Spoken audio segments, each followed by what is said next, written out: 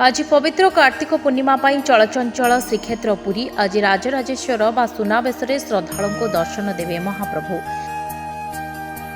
गोटे वर्ष महाप्रभु 5 थर सुनावेश होबार परंपरा रही।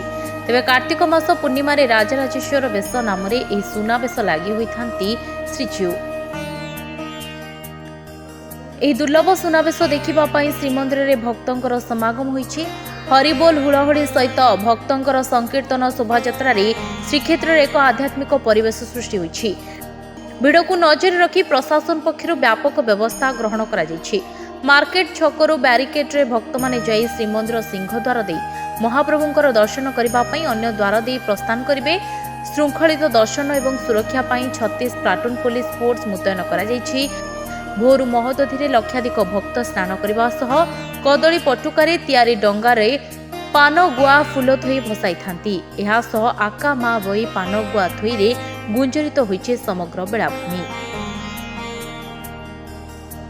ब्यूरो रिपोर्ट जियोभा न्यूज।